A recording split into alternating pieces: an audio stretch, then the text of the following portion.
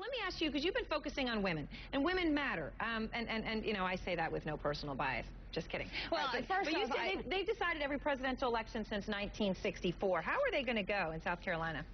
Well, first, I dozed off there for a moment when you were talking about Mitt Romney. Let's admit it, he's a very boring candidate and is barely holding his own in the polls. Yes, the South Carolina poll is 2 weeks early. People will be deciding at the last minute, and I honestly think, I'll bet you, in fact, $10,000 that there is no way that, you know, the blue-collar people of South Carolina are going to warm to Mitt Romney. I think we're going to see a very interesting race coming on. And yes, women... Kevin, you want to bet $10,000, do a virtual handshake with no fingers crossed? I'll bet you Mitt's $10,000. There are plenty of blue-collar voters in Iowa, and I'll tell you, on our entrance polls, as you know, Aaron, Mitt Romney did very well with women voters. Yes, he did. He tends to do better with women, and he does very well with older voters.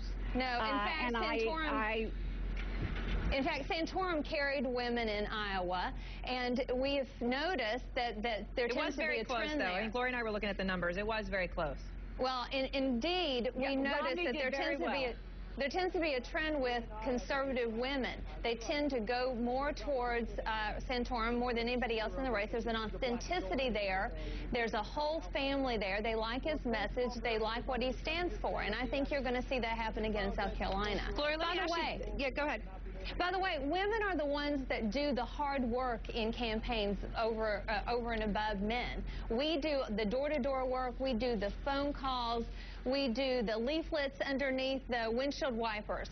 And every candidate needs women, and they need to be able to inspire their base. And that's going to be the key problem for Romney, not just in the primary, but in a general election.